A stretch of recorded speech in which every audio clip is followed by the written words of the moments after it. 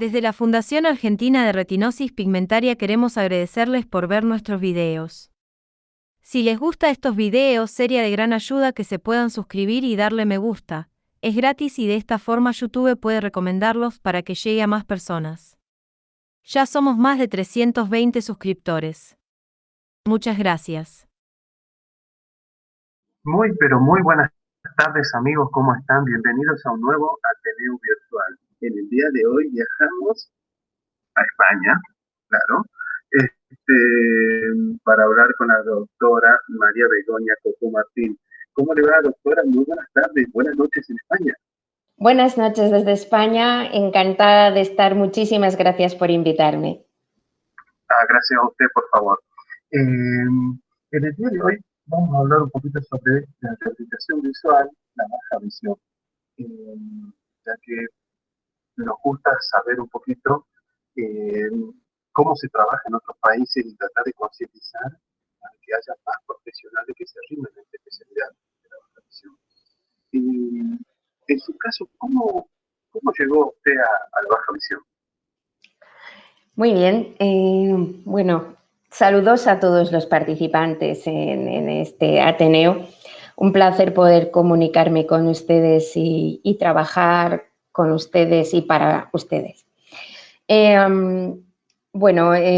Mi aterrizaje en la baja visión fue hace más de 20 años, cuando comenzó mi carrera profesional, y comenzó con un viaje formativo con cursos de formación y habilitación en la ONCE, y después comenzó mi formación internacional, donde estuve en diferentes lugares del mundo para saber de qué manera podía trabajar de manera más eficaz, aprender y traer las mejores técnicas, teniendo en cuenta que en España la implantación de la baja visión estaba prácticamente centrada únicamente en la Organización Nacional de Ciegos de España, y nuestro objetivo era expandir ese conocimiento al resto de clínicas oftalmológicas, de profesionales, de universidades, de centros privados que pudieran atender y dar la máxima calidad funcional y de vida a los pacientes con discapacidad. Y así estuve en Estados Unidos, en Harvard, en el Stephen Research Institute, y en la Universidad Heriot-Watt de Edimburgo. También estuve en Nueva York, en Lighthouse International. Después, bueno, en el Reino Unido también estuve en Londres, en Moorfields Eye Hospital. Y bueno, después en otras ubicaciones nacionales, en Alicante, en Zaragoza, en Madrid, donde pude ya recabar toda la información y toda la formación. Hice mi doctorado, hice un máster en discapacidad visual en Aston University, en el Reino Unido, y una especialización universitaria aquí en España. Y monté el primer máster en baja visión y rehabilitación visual en español online, que está funcionando hoy activamente desde el año 2010 en la Universidad de Valladolid. Y bueno, pues a partir de ahí ya comencé a trabajar de manera directa, no solo en formación, sino en la consulta clínica y en labores asistenciales. Y ahora mi labor está prácticamente centrada casi al 100% en la investigación en nuevas tecnologías para personas con discapacidad visual, en procedimientos de rehabilitación basados en la evidencia y en estímulos visuales basados en la psicofísica para hacer entrenamiento remoto y simplificado y mejorar la neuroplasticidad de los pacientes para mejorar la adaptación a sus habilidades. La verdad que no es fácil. No, no ha sido fácil. Pero en el transcurso de estos últimos 20 años ha evolucionado mucho la Sí, ciencia, la tecnología, todo. y también hubo, sí, dígame. No le escuchaba, discúlpeme. No, que en el transcurso de estos últimos 20 años la ciencia ha evolucionado mucho, la tecnología, pero también es como que se difundió mucho más la baja visión y salió al descubierto ciertas patologías oculares que antes no se hablaba de eso. Era un mito. Ajá.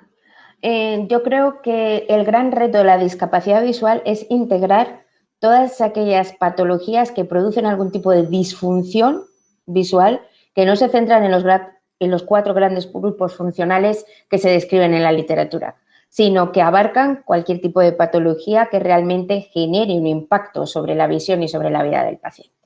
Y efectivamente, a través de las sociedades científicas y de las asociaciones de pacientes, quienes tenéis un gran papel y una labor de liderazgo en este terreno, es necesario hacerlo visible. Y hay otro gran reto y es la formación, capacitación y difusión y visibilización de toda la comunidad que habla en español. La mayor parte de la literatura científica y de la literatura en rehabilitación y baja visión ha estado disponible desde el principio en inglés. Y ahora lo que necesitamos es hacer visible que hay grandísimas personas y profesionales que están trabajando en este sector, hispanohablantes, y que además el volumen de pacientes, la incidencia y la prevalencia es tan elevada que necesitamos comunicarnos en nuestra lengua materna. Entonces, creo que esta conexión entre profesionales hispanohablantes es fundamental para dar visibilidad a las asociaciones de pacientes de gran impacto, como vuestra asociación en Argentina, y contactar, hacer una comunidad global de asociaciones de pacientes también hispanohablantes. Así que os doy la enhorabuena por toda vuestra labor comunicativa en las redes sociales y por vuestro empuje en este campo de conocimiento. Muchísimas gracias, doctora. Bueno, ahora el tiempo es suyo, así que si quiere compartir pantalla. De acuerdo. Bueno, me gustaría empezar haciendo una alusión a mi equipo. Tengo un equipo maravilloso de personas que trabajan conmigo, multidisciplinar, que abarca todos los ámbitos de trabajo dentro del equipo de personas que se dedican a la rehabilitación de personas con discapacidad visual. Y bueno, pues ellos han colaborado en esta presentación y me gustaría hacerles un especial agradecimiento, ya que su entusiasmo, su juventud y sobre todo su conocimiento nos permite generar nuevas generaciones, valga la redundancia, de profesionales dedicados a este sector. Voy a hablar esta tarde de cómo funcionan los procesos asistenciales en Europa y en España concretamente, y cómo se integra la investigación basada en la evidencia científica en los procesos de rehabilitación para personas con discapacidad visual. Y voy a hablar desde el marco de la Unión Europea, ya que me compete como presidenta de la Sociedad Europea de Rehabilitación de Personas e Investigación de Personas con Discapacidad Visual, ESLRR. Les invito, después pondré una diapositiva, a que se conecten a su web y vean toda la información que compartimos. Antes de comenzar con el tema específico, sí que me gustaría hacer una reseña, porque durante estos momentos difíciles de pandemia este pasado año, en ningún momento se me ha olvidado poner en énfasis a la comunidad de personas, a los pacientes, de pacientes y usuarios y familiares de personas con discapacidad visual. Y monté un proyecto que fue financiado y que ha tenido un gran impacto, que se llama Tú También Yo, en redes sociales, pueden visitar su página web, en el que pretendía compartir cuáles eran las experiencias de todas las personas con discapacidad visual que tenían que salir a la calle y que se encontraban frente al gran enemigo, el bichito, el COVID. La enfermedad de la COVID-19, que como verán próximamente, que publicaré próximamente un artículo, sí que genera un impacto en la visión.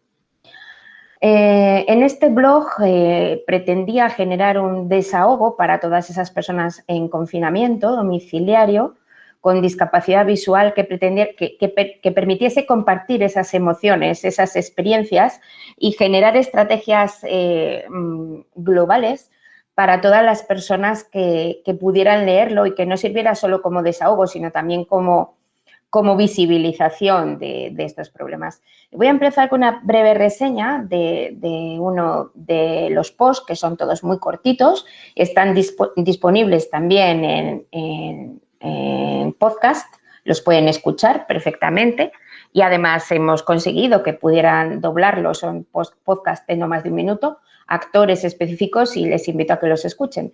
Y este podcast concretamente habla de nuestras experiencias como profesionales.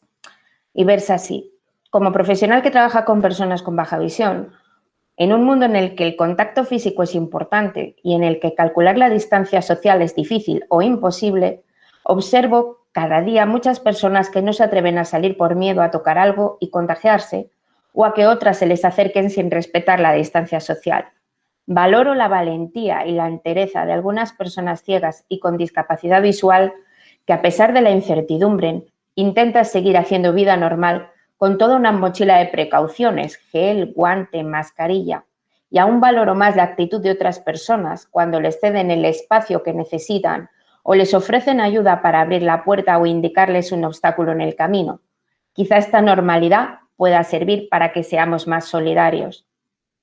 Este post fue compartido por un montón de asociaciones y la verdad es que sirvió para quitar el miedo, ¿no? Para visibilizar y para generar un impacto en aquellos que no están dejando espacio a las personas que están padeciendo este tipo de dificultades. Y bueno, quería hacer esta reflexión e invitarles a que visiten, si quieren, el proyecto, la web Tú También Yo, Historias contra la Vivencia Dolorosa de la Pandemia, y que si quieren, por supuesto, están invitados a dejar su post. Estaremos encantados en publicar y en generar podcast. Y habiendo reseñado y valorado y dándoles todo mi apoyo y la enhorabuena por toda la valentía que han tenido durante este último año tan difícil, procedo con la presentación específica que he preparado. Pretendo que sea corta para poder interactuar con ustedes y que puedan preguntarme lo que consideren oportuno. Hablaré un poquito de cómo encuadrar las definiciones de baja visión y rehabilitación visual, cómo generar una valoración específica a un paciente con baja visión y manejarlo clínicamente a través de ejercicios específicos, de cómo funciona el proceso asistencial en España y en Europa. Concretamente he seleccionado solo algunos países punteros. Y finalmente hablaré de la evidencia científica, de las tendencias actuales, de cómo esta investigación, cómo el avanzar tecnológicamente en la sociedad de la información y la comunicación permite generar un impacto directo en la vida de las personas y poder trabajar incluso en remoto con ellas. Bien, como todos ustedes saben, la Organización Mundial de la Salud, que es la gran organización que parece que está todo el día en los medios de comunicación, considera que un paciente tiene baja visión de manera oficial cuando su agudeza visual es menor a 0,3, 6,18, pero igual o mejor que 0,5, 3,60, o existe una pérdida de campo visual menor a 20 grados en el mejor ojo con la mejor corrección óptica posible. Esta situación, siendo una definición genérica generada por este organismo, se convierte en específica cuando hablamos de las definiciones en cada país y concretamente en Europa. Voy a centrarme en la definición en España, donde la visión debe ser, la agudeza visual debe ser menor a 0,1 y el campo visual menor a 20 grados desde el punto de fijación en el mejor ojo tras la mejor corrección óptica posible. Esta definición varía, por ejemplo, en el Reino Unido, donde esta agudeza visual debe ser menor a 0,4, donde ya se considera que hay una discapacidad visual leve moderada, y me parece muchísimo más inclusiva. Todo esto va a generar un impacto directo en la legislación y en la manera en la que cada país va a generar una legislación alrededor de la discapacidad y de todo lo que rodea el impacto social de la atención a este tipo de pacientes. Lo que ocurre es que limitar el campo, poner barreras en el campo, implica dejar fuera a un colectivo de personas importante que, debido a su patología, que no está encuadrada dentro de los grandes grupos de discapacidad visual o debido al impacto funcional que tienen no reconocido o no mensurable mediante técnicas comunes, sino simplemente analógicas, por decirlo de alguna manera, no están siendo reconocidas para los profesionales ni pueden certificar que esas condiciones o esa discapacidad existe para que reciban un recurso directo de la Administración o bien una atención directa por parte de la Administración. Por supuesto que existen categorías cuando hablamos de pacientes con baja visión o discapacidad visual.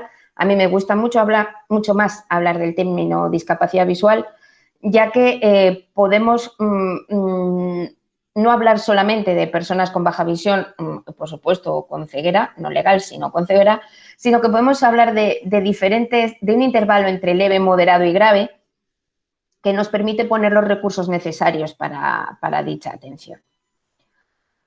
A nivel mundial, ya saben ustedes que se estima, ahora mismo seguro que esta cifra puede haber cambiado en las últimas semanas, pero la última cifra que se baraja son 1.300 millones de personas con algún tipo de discapacidad visual, de las que 188 millones tendrían una discapacidad moderada, 217 moderada grave y 36 millones discapacidad visual grave. ¿Qué es lo que ocurre? Que con el crecimiento y envejecimiento de la población actualmente en Europa y en el mundo, aumentará el riesgo de que se vean más personas afectadas por una discapacidad visual y esta definición de la que les acabo de hablar variará. Teniendo en cuenta que también estamos hablando de adultos, hay un gran impacto en lo que se considera la discapacidad visual en tareas cercanas, en visión de cerca. Solo dentro de la discapacidad visual para tareas de cerca, de visión de cerca, podemos describir aproximadamente, están descritos en la literatura, una incidencia de más de 26 millones de personas.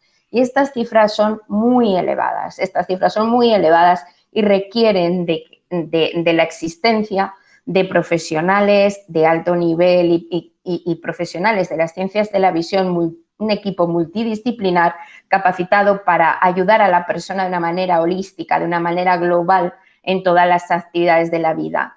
La rehabilitación visual no es solo la prescripción de ayudas visuales o ayudas electrónicas o ayudas específicas para la computación o pantallas de visualización de datos.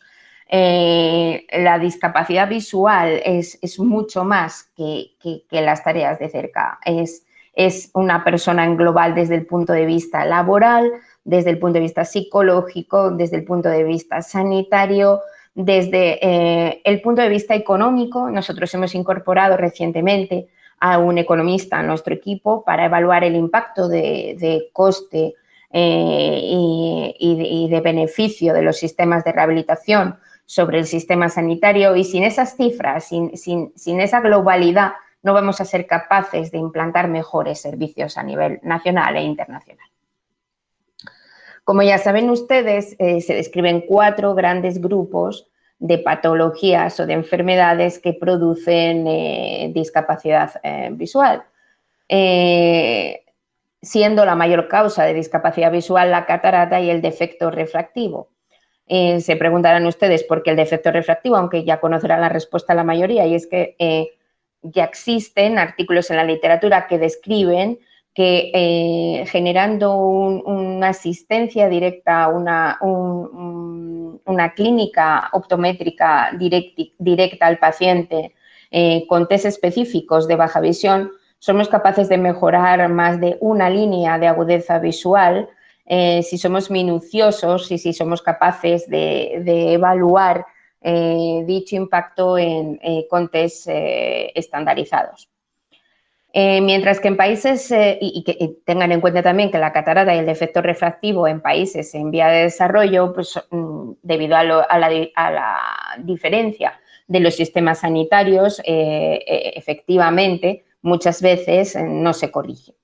En los países desarrollados, por el contrario, en la degeneración macular asociada a la edad, debido al incremento de esperanza de vida, al glaucoma y la retinopatía diabética, y las enfermedades hereditarias de la retina vienen siendo grandes grupos de pacientes. Sin embargo, encuentro un hándicap, de nuevo, a las definiciones y me llamarán ustedes crítica. El gran hándicap es describir 4 grandes grupos de discapacidad visual, defectos que producen borrosidad, como la catarata, que había descrito antes, defectos que producen defectos de campo central, como la degeneración macular, la retinopatía diabética, defectos que generan problemas en la funcionalidad de la visión periférica, como el glaucoma, la retinosis. ¿Y qué ocurre con el resto de patologías que generan discapacidad visual? ¿Qué ocurre con las personas que tras un ictus tienen problemas no identificados de visión y que generan un impacto y una discapacidad visual no identificada dentro de estos grupos? Sí que existen problemas neurológicos descritos, pero no todas las patologías ni las enfermedades raras están incluidas en estos grupos y, por supuesto, su implicación clínica directa. Si hablamos de población pediátrica en países con bajos recursos, la principal causa de discapacidad son las cataratas congénitas, por la misma causa que comentaba antes, y en países desarrollados la retinopatía del prematuro, pero centraré mi presentación en población adulta, no en población pediátrica. Por lo tanto, como decía antes en referencia a la anterior diapositiva, la mayor parte de las enfermedades que provocan discapacidad visual o ceguera se pueden prevenir o se pueden tratar mediante intervenciones médico-quirúrgicas programadas y eficaces. Y se considera que casi el 80% de estas enfermedades son evitables. Volvemos de nuevo a todos aquellos pacientes que están en países en vías de desarrollo. Y nace el concepto de rehabilitación visual como una esperanza para que las personas con baja visión puedan volver a tener una vida visualmente activa mediante la optimización de su remanente visual funcional utilizable. Y, por supuesto, bajo el expertise clínico, siempre basado en la mejor evidencia científica, promoviendo los valores y personalizada basada en las necesidades del paciente y con práctica basada en la evidencia intrapaciente. Podemos en un 80% identificar cuál es el mejor programa de rehabilitación para una persona, pero nunca de manera personalizada. Debemos personalizar siempre y analizar todo el entorno psico, socioeconómico, funcional de esa persona para mejorar su funcionalidad visual y generar muchas veces un impacto favorable en la vida del paciente y una reinserción tanto a sus actividades sociales como a su función laboral. Como les decía, bueno, aquí hago referencia a la asociación Vegisare en el norte de España, con la que tengo muy buena relación, que generó un PIN, Tengo Baja Visión, que conocerán y que inunda las redes.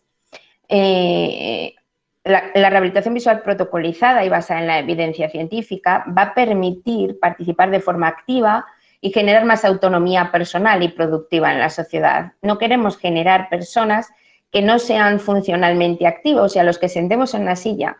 Queremos integrar en la sociedad en todos los niveles posibles, por supuesto, a todas las personas con discapacidad visual. ¿Y cómo vamos a confeccionar un programa de rehabilitación? Generando una serie de ítems de evaluación previa, de historia clínica previa, junto con una batería de ejercicios destinados a potenciar la visión residual utilizando las ayudas ópticas necesarias o electrónicas. Yo voto más por las electrónicas acompañadas de las ópticas en este momento, para facilitar el desempeño de sus habilidades básicas y no básicas de la vida diaria y, por supuesto, favorecer esta autonomía de la que hablaba antes. Cuando hablamos de cómo valorar a estos pacientes, la valoración inicial debe incluir una evaluación optométrica, ya que el paciente puede tener una pérdida de visión central o periférica que le impida o que le imposibilite hacer tareas como leer, ver la tele, reconocer los rostros de las personas, acusar una pérdida de problemas de movilidad, no localizar ciertos obstáculos que les voy a contar a ustedes, como ocurre, por ejemplo, en el glaucoma, la retinosis pigmentaria. A mí me gusta sensibilizar a todos los estudiantes de óptica y optometría a lo largo de los años en los que he desarrollado mi labor docente en la Facultad de Óptica y Optometría de la Universidad de Valladolid, generándoles sesiones explícitas que les permitan ponerse en los zapatos de los pacientes para poder atenderles no de una manera no solo más empática, por supuesto, sino más precisa, que escuchen y que sepan cuáles son las dificultades específicas que tienen estos pacientes mediante prácticas de simulación. Una vez identificados estos síntomas, el optometrista o el oftalmólogo, dependiendo del país, como les decía antes, por ejemplo, en Alemania es el oftalmólogo, en España es el optometrista, en el Reino Unido es el optometrista, en Francia es un mix, en Italia es el oftalmólogo, depende del país de Europa. Realizará una batería de test visuales que abarcarán mediciones tales como la agudeza visual de cerca y de lejos, el campo, el error refractivo, la sensibilidad al contraste, la visión del color, la velocidad lectora y, por supuesto, las actividades básicas de la vida diaria. Me gustaría incidir en algo importantísimo, y es que la agudeza visual no es el único marcador de la función visual, como ustedes saben, que nos va a indicar que una persona tiene dificultades. Y me voy a centrar no solamente en el campo, sino en la sensibilidad al contraste como uno de los grandes no considerados dentro de la función visual de los pacientes, y siendo casi desde mi punto de vista uno de los más importantes. Por supuesto, el campo y la agudeza son importantes, pero la sensibilidad al contraste juega un papel trascendental dentro de la autonomía de los pacientes y debe ser considerado de manera muy específica, con test muy específicos. Y, por supuesto, estandarizado. Una vez realizado esta evaluación optométrica, por supuesto, el paciente ha sido identificado dentro de una patología que genera baja visión y ha sido derivado por el oftalmólogo. Debe recibir una atención personalizada, incido de nuevo en esta versión. Debe ser personalizada en función del grupo de edad, de la patología, para diseñar un plan de rehabilitación ad hoc, considerando las técnicas ideales para cada persona y considerando también factores como la atención, la comprensión, la motivación, el aprendizaje y las tareas en concreto que el sujeto quiera desempeñar. Yo no puedo pretender que una persona lea una novela de Dan Brown cuando no es un lector empedernido. Quizá lo que deba entrenar es que pueda realizar una lectura comprensiva o un spot reading y pueda motivarle a que continúe a hacerlo y no dependa de una cuarta persona. Puedo ayudarle a tener su teléfono móvil, su celular en condiciones de accesibilidad, su computador, trabajo en su casa monitorizado a través de plataformas de rehabilitación. Puedo generar un impacto para aumentar el ánimo y evaluar el grado de ansiedad, depresión descrito en los estadios iniciales de estos procesos. En adultos, por lo tanto, lo que debemos optimizar es la vida personal con los objetivos personales del paciente y la vida laboral, pero en personas mayores lo que pretendemos es perfeccionar las dificultades que ya tienen por otras comorbilidades en su vida diaria e integrarles en actividades de ocio, pues puedan seguir disfrutando de sus viajes, de sus actividades con amigos, de acudir a restaurantes, de cualquiera que sea su ocio. Yo conocí a una persona que se dedicaba a hacer zuecos a partir de titos de aceituna y conseguimos hacerlo a través de tecnologías de aumento. Entonces debemos saber en todo momento qué es lo que quiere hacer esa persona para continuar sintiéndose plena y en auténtico desarrollo personal. Y para eso debemos establecer los objetivos junto con el paciente. ¿Quiénes somos nosotros como profesionales para determinar que esa persona quiere leer o quiere salir de viaje si nunca lo hizo? Y para ello tenemos que hacer una evaluación muy exhaustiva, examinando qué áreas son las que hay que trabajar y cuáles no son las que hay que trabajar, y conocer al paciente, conocer su circunstancia familiar, social, su comunidad de amigos, su rutina diaria, para diseñar ejercicios específicos de rehabilitación y que permitan el mejor aprovechamiento del remanente visual que tenga la persona. Para ello, entrenaremos y recomendaremos y se prescribirá, el optometrista o el oftalmólogo prescribirá una serie de ayudas técnicas necesarias, pero generamos un proceso de aprendizaje, de adaptación a la nueva circunstancia, si es una patología reciente, que recién debuta, o si es una patología adquirida, generar una integración directa a la actividad que está desarrollando en ese momento. Pero también hay que participar, no solamente diseñar y generar esas estrategias, esas conductas adaptativas de las personas, sino también hay que generar talleres que permitan relacionar a las personas con discapacidad visual y hacerles partícipes, por supuesto, de las actividades de formación, de asesoramiento y divulgación. Por eso es tan importante el papel que desempeñan como asociaciones de pacientes con discapacidad visual. Y quiero hacer aquí hincapié en la evidencia, en el primer hot topic de esta tarde.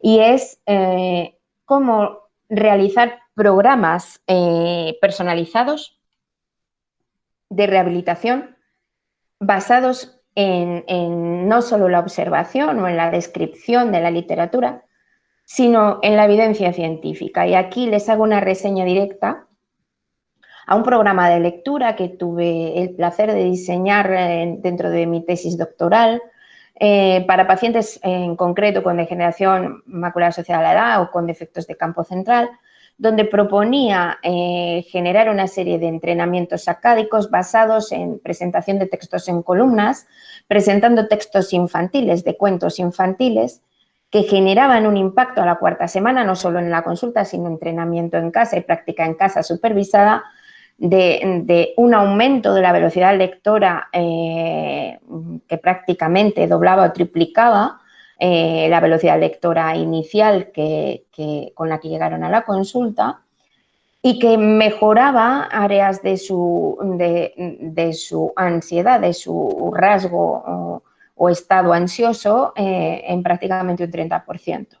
Por lo tanto, es importante observar, mejorar, trabajar en coordinación y seguir el rigor científico para poderlo compartir con el resto de profesionales y poder hacer de lo más sencillo un éxito para todas las personas con discapacidad.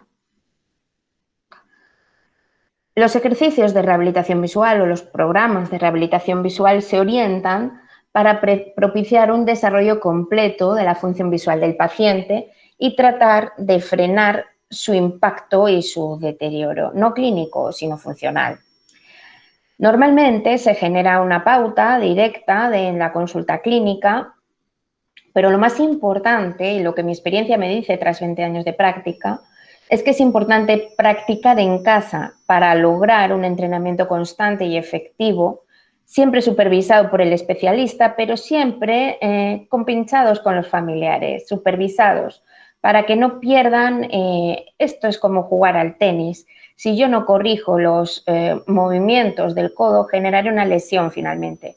En este caso no vamos a generar ningún tipo de lesión, pero podemos generar el impacto de no tener éxito, que es muchísimo peor en el programa de rehabilitación.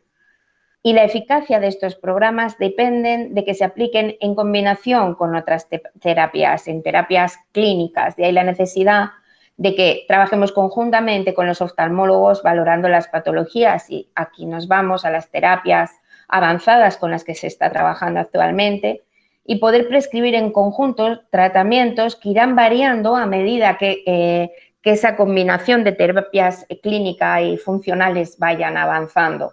Y en todo momento, por eso, deben ser adecuadas a cada caso y personalizadas. Desde la perspectiva de la promoción, entre las funciones visuales y perceptuales que pueden ser mejoradas a través de ejercicios y programas de rehabilitación, destaca la percepción de la forma, de la profundidad estereoscópica, de la binocularidad, la acomodación, la discriminación visual, la coordinación motora, la atención y memoria visual y muchas veces Este tipo de entrenamiento se está desarrollando en muchos países, simplemente ayudando a manejar y a utilizar de manera óptima la ayuda visual prescrita o el aparato tecnológico prescrito. Quiero insistir en que hay que trabajar específicamente en todas estas otras áreas para poder tener muchísimo más impacto directo, una valoración directa, una evaluación en la consulta que nos permita obtener la máxima eficacia en cada momento del paciente. Y desde la perspectiva de la prevención contribuirán a entrenar la coordinación entre ambos ojos, intentando que trabajen coordinadamente a fin de evitar la aparición de otras anomalías o que ya estuvieran implícitas en el proceso, además de poseer un carácter preventivo, sobre todo la prevención de la fatiga visual.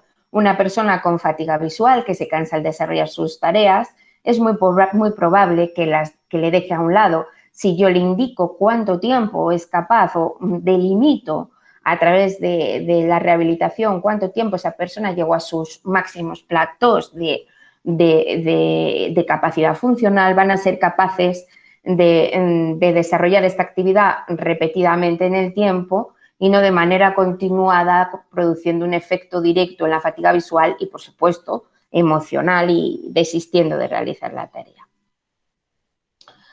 Si hablamos de la rehabilitación visual en España, los pacientes acuden en primer lugar a la atención primaria, al primer nivel de atención para tramitar con su médico de familia, con máximo responsable, la prevención de la visión que a su vez explorará al paciente y tramitará la consiguiente cita en su hospital con el servicio de oftalmología, si lo invita, en el momento que lo estima conveniente, en un formato ordinario o de urgencia oftalmológica.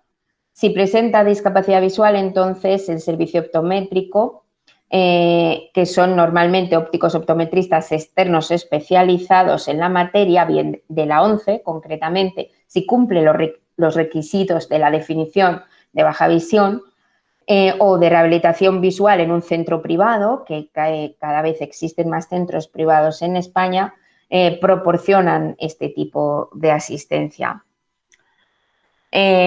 Cuando una persona ya ha sido evaluada y tiene una evaluación optométrica concreta en España y reconocida, es el momento de reconocer y declarar y clasificar su discapacidad, y es a través de los sistemas de servicios sociales existentes en las comunidades autónomas o por el Instituto de Mayores y Servicios Sociales. Para obtener el certificado de discapacidad hay que pasar la valoración de un tribunal médico constituido por varios profesionales, un médico, un psicólogo, un trabajador social, los cuales dictan un informe donde se describe el grado de discapacidad que presenta la persona. Y este grado se convierte en un porcentaje y normalmente, lamentablemente, es decir, no se corresponde con el grado de disfunción que está presentando esa persona en todo momento. En el ámbito de entidad pública, todos ustedes conocen la Organización Nacional de Ciegos de España, sin ánimo de lucro, con representación legal y corporación de derecho público, que ofrece servicios especializados a las personas con ceguera total y deficiencia visual grave en diversos campos: educación, empleo, ocio, deporte, comunicación. Por eso les decía que surgió, discúlpenme, la necesidad de generar consultas de baja visión y rehabilitación visual en entidades privadas, ya que existían numerosos pacientes que, debido a las listas de espera o a que no cumplían los requisitos determinados por la ONCE, no tenían acceso a los servicios de rehabilitación visual. Y actualmente, el primer servicio cuando nosotros empezamos con el primer servicio privado de rehabilitación visual en el IOVA, en el Instituto Oftalmológico de Oftalmobiología Aplicada de la Universidad de Valladolid, hace 20 años creo que solo había 3 centros y ahora existen numerosos centros oftalmológicos en España que cuentan con servicios de rehabilitación visual integrados por equipos multidisciplinares gracias a la formación específica que se ofrece a estos colectivos de personas en el campo de la oftalmología, de la optometría, de la psicología, de la terapia ocupacional. Si avanzamos un poquito más allá y selecciono solo algunos países para no aburrirles en el marco de la Unión Europea, en Italia la asistencia médica se realiza a través de inscripción en el Servicio Sanitario Nacional a través de la Azienda Sanitaria Locale de la zona de residencia, y los médicos de atención primaria se encuentran dentro del Servicio Sanitario Nacional del régimen de autónomos y son pagados por el número de pacientes atendidos. Si se dan cuenta, la estructura, el tipo de estructura asistencial es totalmente diferente. Para la atención de personas con ceguera y baja visión cuenta con la Unión Italiana de Ciegos y Deficientes Visuales, entre otras entidades, ya que depende de la ubicación, si estás en el norte, en el sur, las asociaciones son las que promueven todo este tipo de acciones asistenciales y la ley confía en su representación y tutela y a estas asociaciones pertenecen los oftalmólogos, los optometristas y los rehabilitadores visuales, y los psicólogos, los terapeutas ocupacionales, para tutelar los intereses y los derechos de dichas personas con respecto a la administración pública. En Alemania las cosas son diferentes. Alemania es un país muy puntero en todo este tipo de sistemas, igual que el Reino Unido y los países nórdicos como Suecia, Noruega, Holanda. La Federación Alemana de Ciegos y Deficientes Visuales es la organización que coordina a nivel nacional el trabajo realizado por 19 organizaciones regionales autónomas, y escuchen bien, 19, que prestan servicio a las personas con deficiencia visual, como el asesoramiento, entrega de información y actividades recreativas. Los objetivos de esta federación son el mantenimiento y la mejora de la situación social de estas personas, la promoción de su independencia mediante programas de rehabilitación y la cooperación con los movimientos de personas mayores en aplicación a la Convención Internacional sobre Derechos de Personas con Discapacidad de la ONU, que cada vez es más amplia y llega a más países.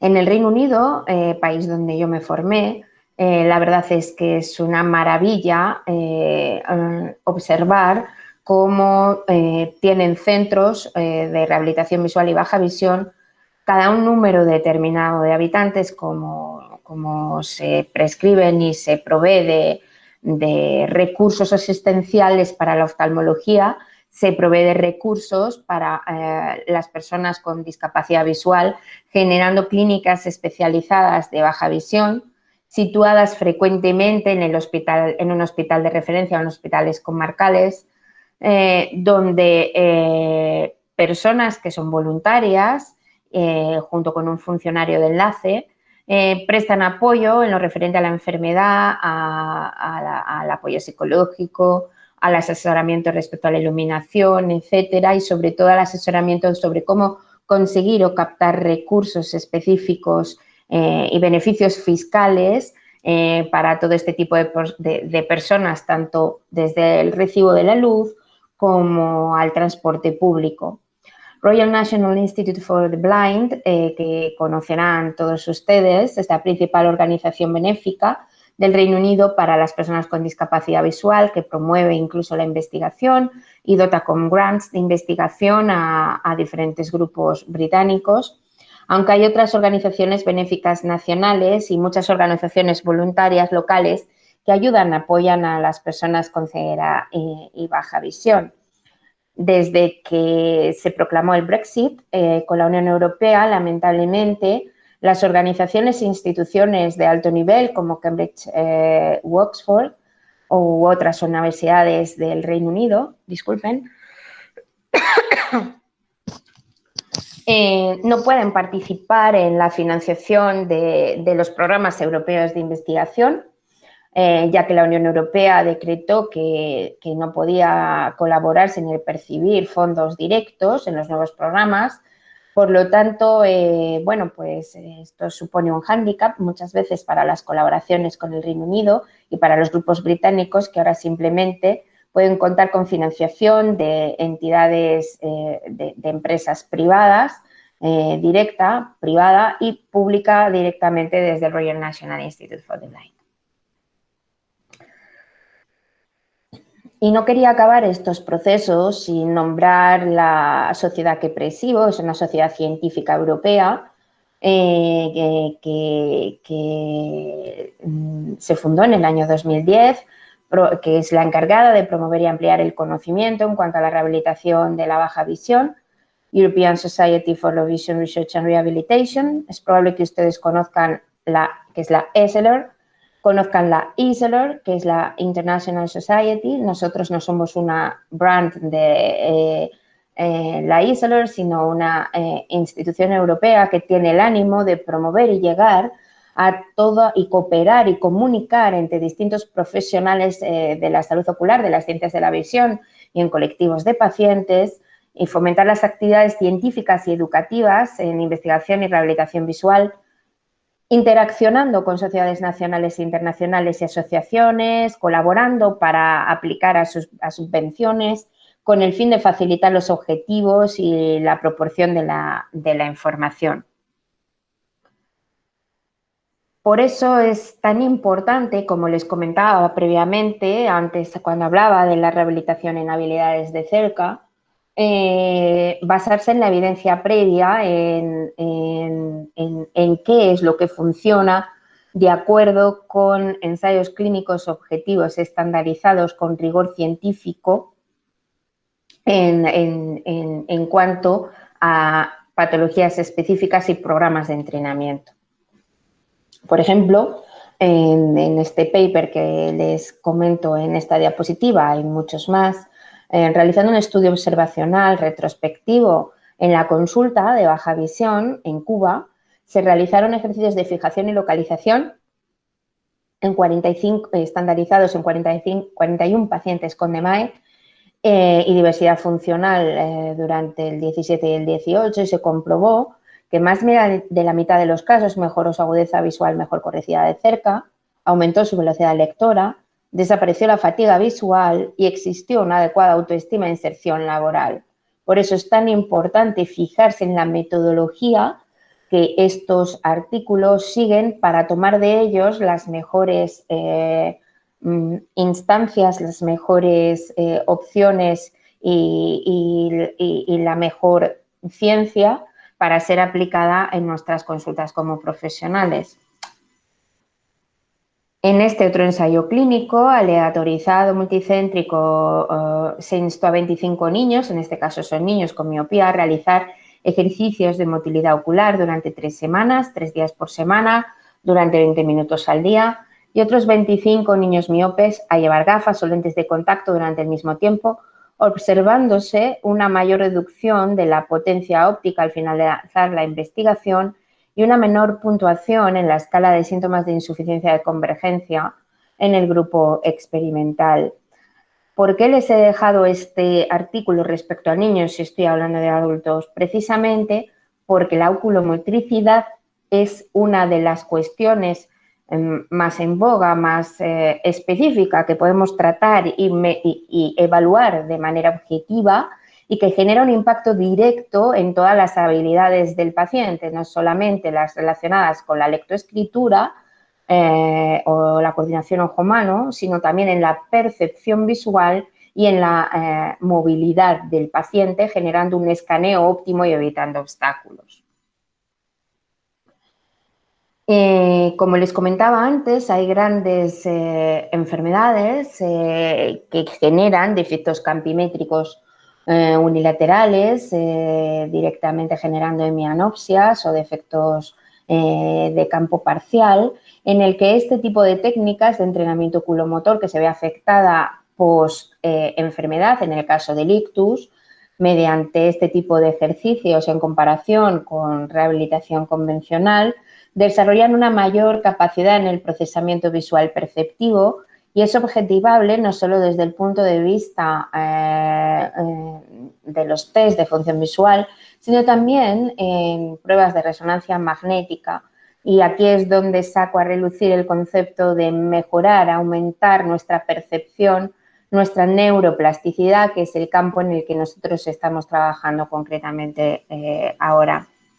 Dentro de estas tendencias actuales de neuroplasticidad cerebral, de la capacidad de nuestro cerebro de cambiar su estructura y función en respuesta a estímulos externos, ya que no podemos pararlos desde un punto de vista clínico porque la enfermedad no la podemos corregir ni curar, generan un impacto en el que la edad no debe considerarse un factor excluyente.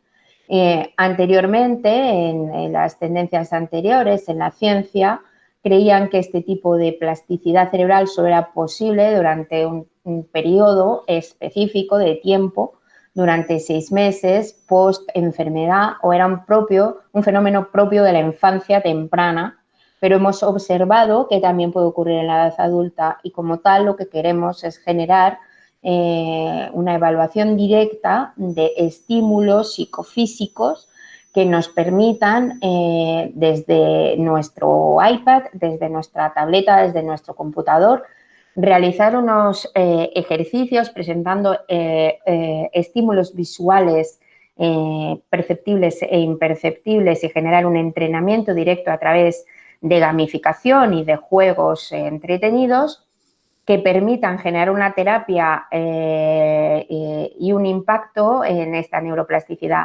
Concretamente, estamos trabajando en estos sistemas presentados en tabletas y en ordenador en un proyecto que estamos liderando ahora desde la Universidad de Alicante y la Universidad de Valladolid, OptiTrain, que pretende reducir las molestias que ocasiona, por ejemplo, la implantación de lentes multifocales tras la cirugía de catarata y mejorar la función visual de pacientes ambliopes que hayan superado el periodo crítico de desarrollo de la visión. Y en el ámbito de la infancia estamos trabajando en el proyecto Neivatec, que es un proyecto que utiliza la gafa de realidad virtual para trabajar también a través de la jugabilidad, es muy divertido, con pacientes con ambliopes también o con problemas de percepción visual. Estos dos proyectos punteros, que el primero está a punto de terminar y estamos ya publicando casi sus resultados y el segundo está en pleno proceso, tienen resultados prometedores y serán aplicados, por supuesto, a otras patologías. Por eso debemos ir de una en una, identificando, generando ciencia, generando mejoras, innovando, para poder llegar a sus casas de manera remota, poder generar procesos de rehabilitación y monitorización locales en sus casas, monitorizados por videollamada, generando todos los procesos de salud digital y medicina personalizada, que son la tendencia actual en todo proceso asistencial y que debemos llevar al mundo de la baja visión y de la rehabilitación visual.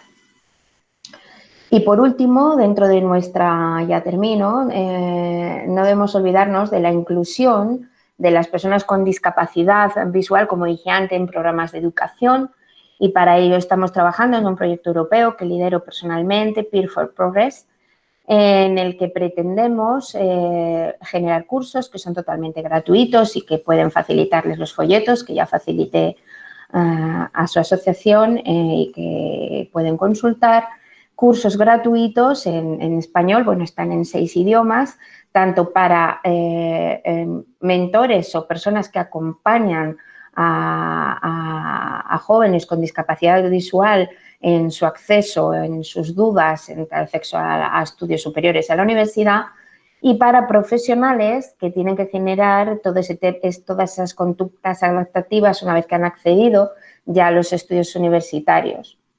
Y todos estos procesos gratuitos que financia la Unión Europea pretendemos hacérselos llegar a todos ustedes como hispanohablantes y nos ponemos a su disposición. La inscripción es gratuita y se genera un certificado una vez concluido el curso, que son 20 horas que facilitamos desde la propia universidad y con toda la seguridad de que hay grandes profesionales involucrados en el seguimiento de toda esta acción formativa. Aquí tienen uno de ellos, el de mentores, cómo ser mentor de estudiantes con discapacidad sensorial. Es todo online, la plataforma es accesible para personas con discapacidad visual y auditiva o cualquiera de las dos cuestiones, y está orientado, también existe un curso específico para personas con discapacidad auditiva, pero en este caso el que tiene toda la razón de ser es de estudiantes, mentor de estudiantes con discapacidad sensorial. Bueno, aquí les dejo unas referencias y les doy las gracias y espero no haber sido muy pesada en mi exposición, y estoy abierta a todas las sugerencias o preguntas que tengan. Muchas gracias. La verdad que estupendo la exposición, agradezco. Bueno, le mandan saludos Claudia Berger, John, Martino, varias personas que están por Arlet, Chilita, Alejandra por Facebook, que me están mirando. Le quería hacer una consulta en base a lo que... ¿Cómo es posible que hoy en día se plantea que no hay que estar muy expuesto a las pantallas azules? Pero las personas con baja visión necesitan ciertas alternativas para mejorar su calidad de vida. Es por eso que hay lupas electrónicas, hay unas gafas inteligentes, están los smartphones, los celulares, que también con ciertas aplicaciones pueden ayudar a mejorar la calidad de vida de las personas. Es decir, que los seguimos expuestos, los seguimos exponiendo a las personas a pantallas azules. Las pantallas de visualización de datos, los smartphones, son totalmente necesarios en la vida de las personas. Lo que tienen que tener es una correcta calibración y tienen que estar adaptados a la persona. La exposición a la luz azul por supuesto, que describe la literatura y que se ha demostrado que genera un impacto negativo en las estructuras del ojo, pero el grado de luz azul es muy bajo en el momento en el que hablamos de smartphones, y más si hablamos de smartphones de las últimas generaciones. No digo los más avanzados de todos, pero sí de últimas generaciones. Ya está estudiado. Y desde luego que aconsejo hacer una correcta calibración y adaptación a los contrastes y al brillo desde el punto de accesibilidad y utilizarlos, por supuesto, de una manera adecuada. No dejar de utilizarlos en ningún caso. No sé si le he respondido a tu duda. Sí. Por otro lado, ¿cómo están trabajando sobre la derivación? Porque en muchos países pasa que el oftalmólogo no está derivando al especialista. ¿Cómo se trabaja en base a eso? ¿Se concientiza? ¿Se está trabajando en Europa con las asociaciones oftalmológicas, ya sea de Europa o de cada país? Ese es el gran reto, tienes toda la razón, Francisco, ese es el gran reto. Y el gran reto solo se soluciona tras muchos debates con formación a los oftalmólogos, sensibilización y acercándolos a las asociaciones de pacientes. Y esa formación directa es en la que estamos trabajando de manera directa masivamente en Europa. Lo que queremos es generar proyectos en los que ellos se involucren y generar módulos de formación dentro de su residencia, de su periodo de residencia en oftalmología, que igual que hacen rotaciones directas en glaucoma, en retina, en polo anterior, en polo posterior, hagan una rotación directa en los servicios de baja visión y rehabilitación visual. Solo así podrán sensibilizarse. Y todos los oftalmólogos que acuden a España generan ese tipo de formación específica, aquí concreto en el Hospital Clínico Universitario de Valladolid, a las consultas de rehabilitación visual. Y de verdad que tiene un impacto impresionante, porque en el momento que son conscientes de que existe y de que esos pacientes son un número muy elevado y de la alta incidencia y prevalencia, generan esa cultura de la rehabilitación visual que integran en sus cerebros. Y en el momento que la integran, prescriben y remiten y derivan a los pacientes a consultas de baja visión. ¿Alguien más le quiere hacer alguna consulta? Acá o también por el Facebook. Si alguien quiere hacer una consulta, por favor en el Facebook escriba, la leemos por acá y la doctora le va a contestar. Y las personas que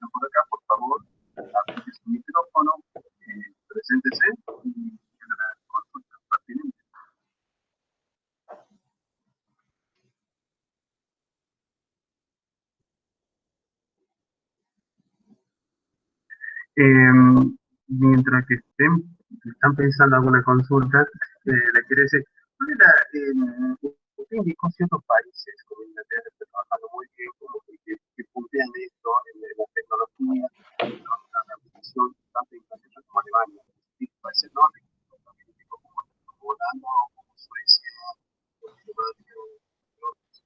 Eh, hay una corriente también de nueva tecnología asiática que está llegando a la baja visión, porque ¿a dónde queremos apuntar? Hay ciertos productos que gafas inteligentes que elaboraron en España, hay otras que elaboraron en Israel, pero siempre salen los productos chinos. Y muchas veces los productos chinos, hasta hace un tiempo, se pensaban que no ayudaban mucho, sino eran imitaciones a bajo costo, y eso ha ocasionado que la gente ya no consuma el producto europeo, sino se traslade al producto asiático. ¿Ustedes están probando estos productos asiáticos que están llegando a China?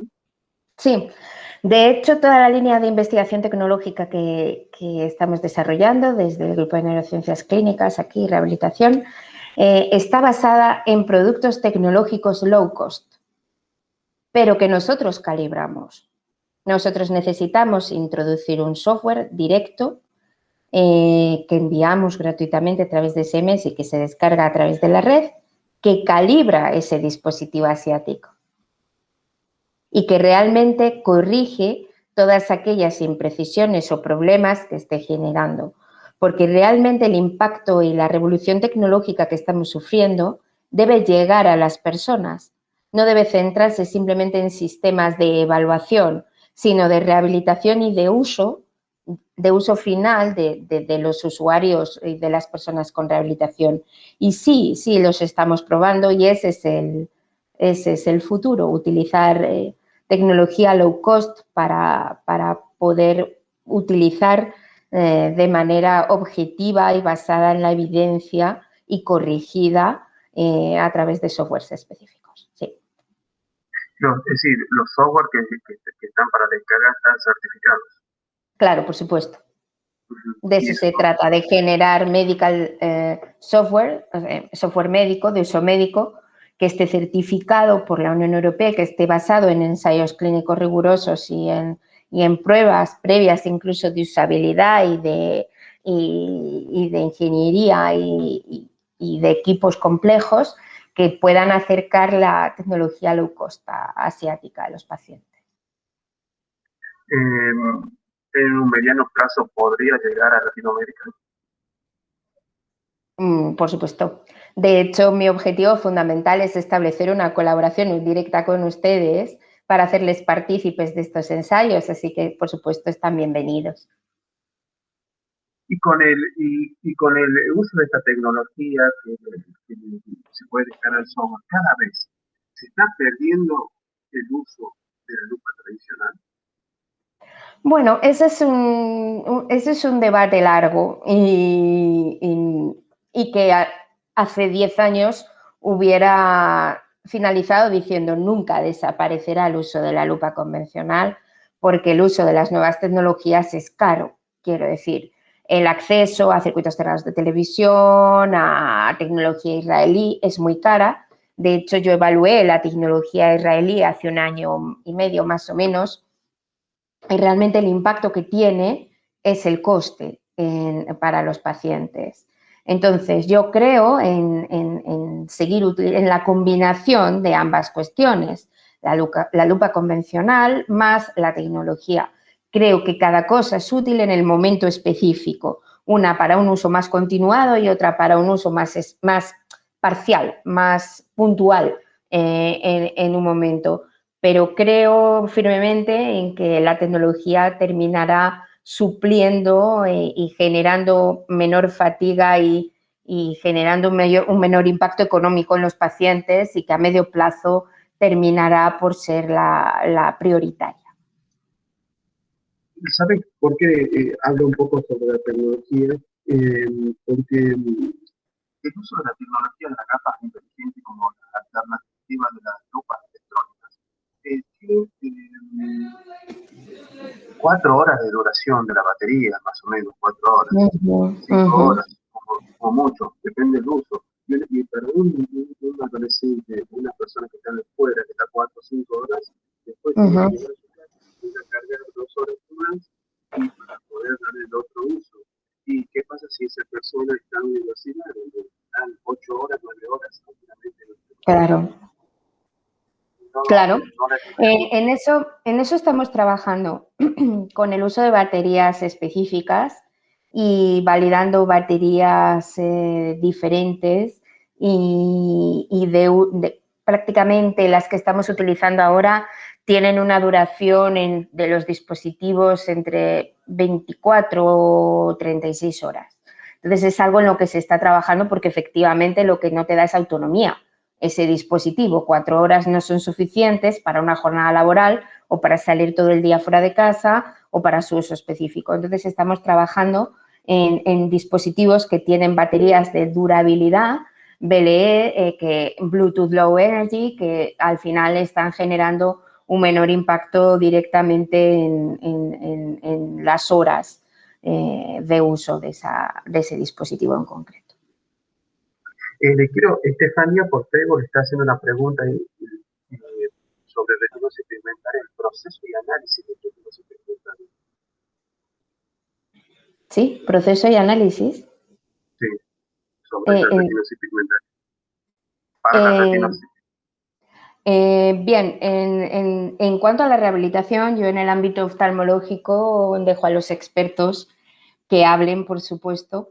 En cuanto a la rehabilitación de pacientes con retinosis pigmentaria, casi todas las tendencias están orientadas a la evaluación del impacto que genera, sobre todo en habilidades de la vida diaria, motoras y de deambulación y de coordinación ojo-mano, y al impacto que genera también en la función visual, en el deslumbramiento, ¿vale? En el uso de filtros oftálmicos.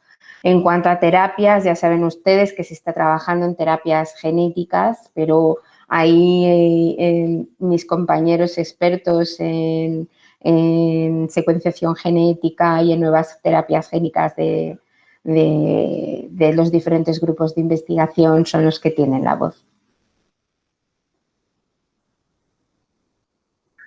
Muy bien, muchas gracias por aclarar esa duda. Hoy en día, para los familiares que, tienen un hijo con baja visión, hoy en día se le puede dar una esperanza más cierta que hace 20 años, hace 10 años. Por supuesto, por supuesto. Nosotros trabajamos ampliamente con familias, por eso hemos diseñado ese curso para mentores y para familias de personas que tienen hijos, estudiantes, amigos que tienen discapacidad visual. Y dentro de esos cursos hay uno que se llama técnicas de motivación. Desde el punto de vista de las técnicas de motivación y de los avances tecnológicos, la esperanza es elevadísima. Quiero decir, la esperanza de tener una inclusión absoluta, yo diría que va a depender de cuánto la trabajemos, ¿vale? De cuánto trabajemos con esa persona. Y las familias, que son las principales promotoras de esa motivación, teniendo unos tips concretos que les permitan trabajar de manera eficaz y las orientaciones precisas, pueden conseguir unos éxitos absolutamente maravillosos con sus hijos en cuanto a sus motivaciones, tanto personales como formativas y laborales. Bueno, que Clausen por Facebook, que es un profesor de rehabilitación visual, eh, hace una pregunta cuando usted estaba mencionando DMA, DMAI, hace referencia degeneración macular asociada a la edad. pero a la húmeda o a la seca. Y la otra consulta de Chela es que herramientas para la baja visión para las personas albinos. Bien, en cuanto a los programas de rehabilitación, el programa que nosotros hemos trabajado es para personas con degeneración macular asociada a la edad, fundamentalmente estable y en un estadio estable, tanto húmeda como seca, ¿vale? Porque si no habría que adaptar todas las peculiaridades y especificidades del programa metodológico a los diferentes estadios del momento, ¿vale? El número más grande de pacientes que nosotros evaluamos era de pacientes con DMAE seca, fundamentalmente. Y en cuanto a los pacientes con albinismo, aunque también había un grupo de pacientes con DMAE húmeda, en cuanto a pacientes con albinismo, los principales retos son fundamentalmente todo lo relacionado con lo que les comentaba antes de la sensibilidad al contraste y los procesos de percepción visual en los que estamos trabajando actualmente. Entonces, las principales recomendaciones es trabajar mucho con las pantallas de visualización de datos para adecuarlas a una sensibilidad concreta, trabajar utilizando filtros de absorción selectiva que les permita generar un mayor contraste y un menor impacto de la luz directa sobre su tarea, sobre lo que estén trabajando, incluso en exteriores, y sobre todo adaptar las ayudas visuales a la funcionalidad visual que tengan en ese momento. Mili Fernández le hace la consulta de qué complicaciones puede llegar a tener una persona con glaucoma. Pues problemas de campo visual y muchas veces también problemas directos de sensibilidad al contraste y de deslumbramiento de la luz y en algunas ocasiones también problemas con las labores de lectoescritura, pero fundamentalmente problemas de campo visual. Ok. ¿Alguien de acá quiere hacer alguna consulta? Bueno, el doctor ha sido realmente agradecido por su tiempo. Yo sé que llegué un poco tarde, ya son un poco más de las 10 de la noche, que es sábado encima. Y bueno, la verdad que fue maravilloso poder escuchar su exposición y ya saben que las puertas de acá estarán abiertas para cuando usted, la asociación que representa, deseen, quieren comentar algo, difundir algo, tienen todo su tiempo tienen su disposición en estos ateneos y bueno, esperemos poder contar nuevamente con su presencia oficial. Por supuesto. Muchísimas gracias a todos, muchísimas gracias por su invitación amable y estoy a su disposición para lo que necesite. Muy bien, muchísimas gracias y bueno, Buenas noches.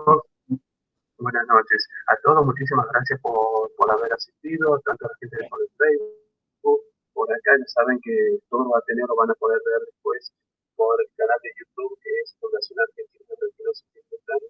Hagan clic en suscribirse y clic en la campanita y van a poder ver todos los ateneos. Por otro lado, el sábado que viene nos estrenamos para un nuevo ateneo virtual y así sucesivamente los otros sábados. Muchísimas gracias a todos. Bueno, espero que sábado que viene. Un gran abrazo. Bueno, Muchas gracias. Hasta luego, hasta luego. Gracias.